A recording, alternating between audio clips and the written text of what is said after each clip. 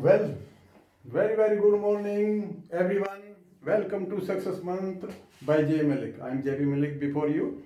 Today, our chapter is Indian Stamp Act 1899 Part 14 में हम करेंगे proxy versus power of attorney.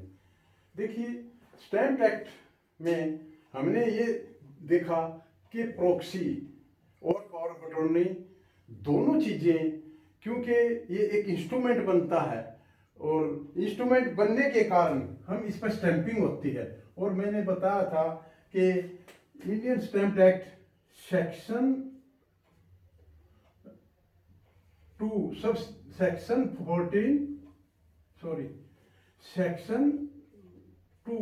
Section 14 में अगर राइट एंड लायबिलिटी क्रिएट होती है, ट्रांसफर होती है, रिकॉर्डेड होती है, एक्सटिंग्विश होती है, तो स्टैंपिंग होनी जरूरी है। तो इसके साथ साथ मैंने ये समझा कि क्यों नहीं थोड़ा सा पावर ऑफ अटॉर्नी और प्रॉक्सी को भी डिटेल में समझा जाए। तो आइए let us start. Power of attorney क्या है? पावर ऑफ अटॉर्नी में हम मेनली क्या करते हैं? Financial, it deals financial and personal matter of a person, उसके करते हैं। इसमें एक व्यक्ति दूसरे व्यक्ति को राइट्स देता है कि आप मेरे बिहाफ पे काम करेंगे। One person can authorise another person to act one's behalf. ये इसका मतलब ये पावर ऑफ अटॉर्नी है। इसमें एक ग्रांटिंग अथॉरिटी है जो पावर ऑफ अटॉर्नी देती है, एक ये ऑथराइज पर्सन जिसको दी जाती है ग्रांटिंग अथॉरिटी को प्रिंसिपल एग्जीक्यूटेंट बोलते हैं, और जिसको दी जाती है वो अटॉर्नी, रिप्रेजेंटेटिव, सरोगेट, एजेंट, जो to act on his principal behalf पे जो काम करेगा ऑथराइज पर्सन, वो अटॉर्नी या एजेंट उसको कहा जाता है। अब देखिए, ये 2 टाइप्स की होती है, 2 टाइप की है, general power of attorney, special power of attorney. General power of attorney में अनलिमिटेड पावर दी जाती है। All general task mention in GPOA, उसमें मेंशन किए जाते हैं जनरल। इसमें एक स्पेसिफिक पर्पस के लिए, एक स्पेसिफिक पर्पस के लिए ये दी जाती है, ये स्पेशल पावर ऑफ अटॉर्नी होती है। इन unlimited power, general power of attorney में अनलिमिटेड है और इसमें स्पेशल में लिमिटेड है। सो जो जनरल पावर ऑफ अटॉर्नी है ये इट में B risky, it is not so risky. अब ये देखिए कि why power of attorney is needed, इसकी जरूरत क्यों पड़ती है?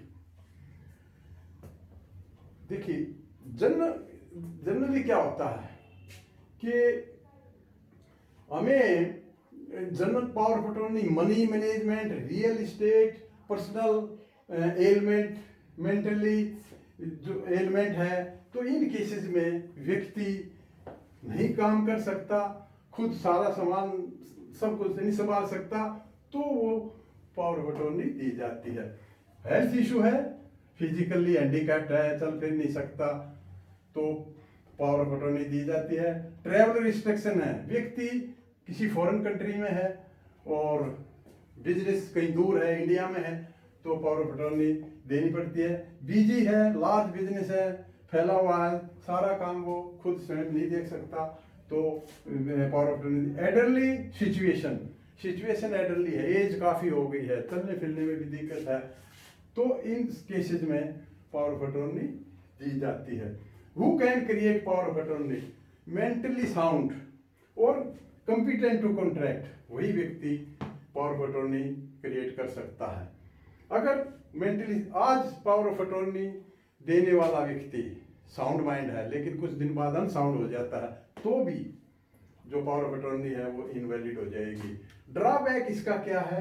Misuse of power of particular general power of attorney. General power of attorney में इसका मिसयूज होने का डर रहता है। क्यों? क्योंकि देखिए, उसको इतनी पावर दी गई है, he can realise the rent of the property from the tenant, sale कर सकता है, मॉर्गेज कर सकता है, और प्रॉपर्टी को ट्रांसफर कर सकता है, गिफ्ट कर सकता है। तो इतनी पावर उसको दी गई है, तो यहाँ पर रिस्क है, तो उसका मिसयूज होने का डर है। तो होना क्या चाहिए कि एक तो प्रिकॉशन में trustworthy person should be appointed as a attorney agent who may be your spouse relative या नज़दीकी जो ट्रस्टवर्दी है वही अपॉइंट करना चाहिए पावर ऑफ अटॉर्नी में। और उसके साथ साथ जो जब भी उसके पावर ऑफ अटॉर्नी को क्रिएट किया जाता है, उसको फॉर्म को भरा जाए, उसके कंटेंट्स है उसको स्क्रूटनाइज केयरफुली करना चाहिए। उसमें डेट ऑफ एग्जीक्यूशन है, time limit and end date भरी गई है, प्रॉपर्टी डिटेल कंप्लीट भरी है, अटॉर्नी डिटेल पूरी है, नोटराइज करा लेनी चाहिए। वैसे हर स्टेट में कंपलसरी नहीं है, फिर भी ये एक प्रूडेंट प्रैक्टिस होगी, नोटराइज करानी चाहिए। Duty and liability of agent की क्या क्या ड्यूटी और लाइबिलिटी बनेगी, और all clauses in power of must be mention defined study carefully. जो भी क्लोजेस हैं उनको ध्यान से देख लेना चाहिए कि क्लोजेस सभी भरे गए हैं। और फिर invalidity of a power of attorney, specific task is completed. Special power of attorney में काम कंप्लीट हो गया तो वो इनवैलिड होगी, रद्द होगी। रिवोक प्रिंसिपल भी कर सकता है, एजेंट भी उसको रद्द कर सकता है। Validity period is over, validity का जो पीरियड था वो फिनिश हो गया तो वो भी खत्म हुई। प्रिंसिपल इज इनकैपेसिटेड, या तो प्रिंसिपल कैपेबल नहीं है, इनकैपेसिटेड है, डाई है, ये एजेंट भी डाई है, या दोनों में कोई एक डाई करता है तो भी इनवैलिड हो जाएगी। डाइवर्स और लीगल सेपरेशन, अगर स्पाउस को किसी को दी गई है पावर ऑफ अटॉर्नी और वो लीगल सेपरेशन है तो वो भी इनवैलिड पावर ऑफ अटॉर्नी समझी जाएगी। मेन इसमें क्या है, प्रिकॉशन में मेन ये है कि प्रिकॉशन लेते समय ये ध्यान रखना चाहिए कि वो ट्रस्टवर्दी होना चाहिए। उसको as per content of power of attorney उसको क्या अधिकार दिए गए थे, क्या उन्होंने वो अधिकारों का पालन किया। पता लगा बाद में लगता है कि मिसयूज होने का डर रहता है जनरल पावर ऑफ अटॉर्नी कई बार, तो पता लगा कि वो जमीन कोई बेचनी थी, बेच कोई दी, या फिर रेंट फ्रॉम टेनेंट से लेना था वो लेते रहे और उसका हिसाब में गड़बड़ी की। तो ये चीज़ें देखते हुए यही होना चाहिए कि प्रिकॉशन ये है कि ट्रस्टवर्दी पर्सन को ही पावर ऑफ अटॉर्नी दी जाए, किसी दूसरे को नहीं दी जाए, क्योंकि फाइनेंशियल मैटर का मामला है। तो ये था। इसके बाद आइए प्रोक्सी। देखिए प्रोक्सी कई तरह की होती हैं, जैसे हेल्थ केयर प्रोक्सी है, प्रोक्सी सर्वर प्रोक्सी है जो कि सर्वर को प्रोटेक्ट करता है, डाटा को प्रोटेक्ट करता है। और एक ये प्रोक्सी जो हम यहाँ पर बात करेंगे, ये प्रोक्सी मीटिंग में वोट कास्ट वाली प्रोक्सी है। भाई किसको राइट दिया जाता है, कैसे दिया जाता है, ये प्रोक्सी एक रिप्रेजेंटेटिव है, ये टू कास्ट वोट ओनली, इसमें वोट कास्ट कर सकता है बस। नो राइट टू डिबेट और स्पीक, इस ना तो वो स्पीक या ना डिबेट करेगा और ना उसका कोरम में गिनती होगी। तो अब राइट ऑफ ए मेंबर का क्या राइट है, मेंबर क्या होता है, share holder. Section 324 of companies act 2006, every member, share holder और guarantor has the right to appoint another person as a proxy. Director can't appoint, director appoint नहीं कर सकता proxy. A member may deposit one or more proxy to vote in respect of the different share held by them. एक व्यक्ति एक या एक से ज्यादा proxy भी बना सकता है, और क्योंकि अगर एक proxy किसी कारण फेल हो जाए तो दूसरा वो काम कर सके।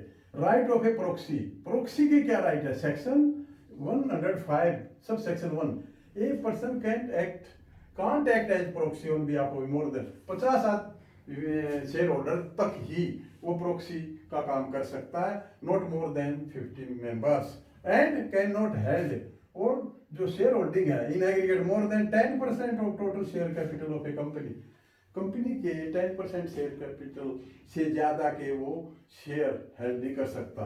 टाइम लिमिट, ये 48 hours before the meeting proxy be deposited, 48 घंटे के अंदर प्रोक्सी को जमा करना होता है मीटिंग शुरू होने से पहले। Validity if the share holder member join the meeting, अगर शेयर होल्डर मेंबर ही ज्वाइन कर जाए तो जो प्रोक्सी है automatically becomes invalid. Note, A proxy is a legal instrument, ये एक इंस्ट्रूमेंट है और so it must be duly stamped. ये ड्यूली स्टैम्प्ड होनी चाहिए. ड्यूली स्टैम्प्ड में मैंने बताया था कि प्रॉपर वैल्यू पे की जाए स्टैम्प ड्यूटी की और प्रॉपर वे में और proper timely cancellation etcetera duly stamp तभी मानी जाती है.